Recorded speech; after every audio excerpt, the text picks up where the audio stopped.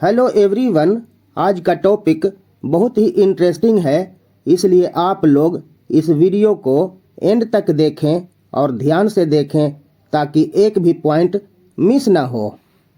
आज हम लोग इस वीडियो में कुड हैव की स्टडी करने वाले हैं। कुड हैव का अर्थ होता है सकता था या सकती थी या सकते थे। आप लोग इन दोनों हिंदी सेंटेंसेस को ध्यान से देखें। पहला सेंटेंस है तुम उसकी मदद कर सकते थे और दूसरा सेंटेंस है वह यहाँ आ सकता था। इन दोनों सेंटेंसेस को पढ़कर यह पता चलता है कि पास्ट में कोई काम किया जा सकता था लेकिन नहीं किया गया। तो इस तरह के हिंदी सेंटेंसेस को इंग्लिश में बोलने के लिए या ट्रांसलेट करने के लिए आप लोग इस रूल को याद रखें। सबसे पहले सब्जेक्ट लिखें, उसके बाद कुड हैव लिखें, उसके बाद मेन वर्ब के थर्ड फॉर्म लिखें और उसके बाद आखिर में ऑब्जेक्ट या अदर वर्ड लिखें। जैसे तुम उसकी मदद कर सकते थे, you could have helped him, या you could have helped her. वह यहाँ आ सकता था, he could have come here. अब आप लोग इसे डिटेल में समझें। आप लोग देख रहे हैं कि रूल के अनुसार सबसे पहले सब्जेक्ट लिखा जाता है। इस हिंदी सेंटेंस में तुम सब्जेक्ट है, तुम के लिए यू लिखें। उसके बाद देख रहे हैं कि कुड हैव लिखा जाता है, इसलिए यहाँ भी कुड हैव लिखें। उसके बाद मेन वर्ब के थर्ड फॉर्म लिखा जाता है। इस हिंदी सेंटेंस में मेन वर्ब है मदद कर सकते थे। मदद करना का अंग्रेजी होता है हेल्प। हेल्प का थर्ड फॉर्म होता है हेल्प्ड, इसलिए यहाँ हेल्प्ड लिखें। उसके बाद आखिर में ऑब्जेक्ट या अदर वर्ड लिखा जाता है। इस हिंदी सेंटेंस में अदर वर्ड है उसकी।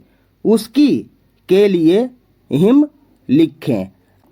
ध्यान रहे मेल के लिए हिम लिखें और फीमेल के लिए हर लिखें। अतः तुम उसकी मदद कर सकते थे का अंग्रेजी अनुवाद होगा you could have helped him या you could have helped her. अब आप लोग दूसरे सेंटेंस को भी समझ लीजिए। वह यहाँ आ सकता था। आप लोग देख रहे हैं कि रूल के अनुसार सबसे पहले सब्जेक्ट लिखा जाता है।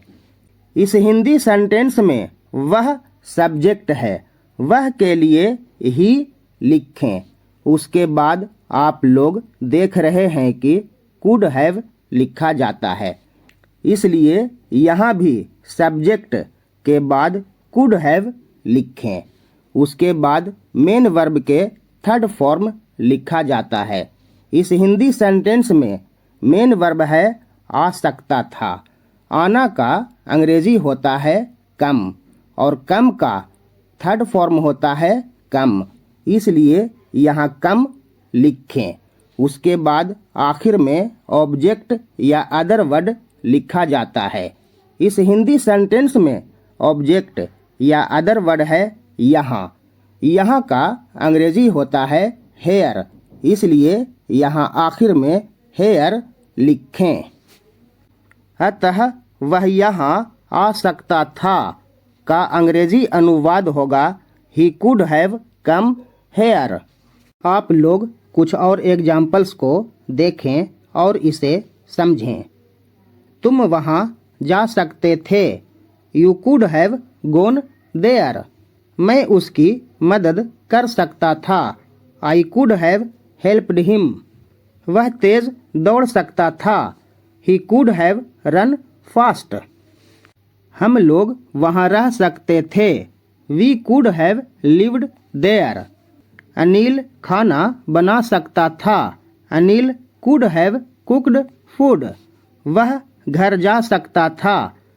इस हिंदी सेंटेंस को आप लोग खुद से इंग्लिश में ट्रांसलेट करें और इसका आंसर कमेंट बॉक्स में लिखें।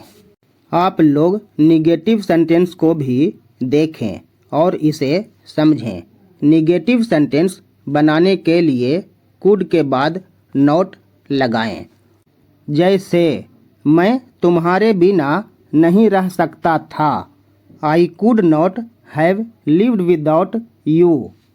मैं खाना नहीं बना सकता था। I could not have cooked food. आप लोग यहाँ देख रहे हैं कि कुड के बाद नॉट लगाकर निगेटिव सेंटेंस बनाया जाता है। आई होप आप लोग आज के टॉपिक को ठीक से समझ गए होंगे। अगर वीडियो पसंद आए तो आप लोग इसे लाइक करें, शेयर करें और हमारे चैनल को सब्सक्राइब करें। दोस्तों, इस वीडियो को हम क्लोज करते हैं। मिलते हैं फिर नेक्स्ट वीडियो में।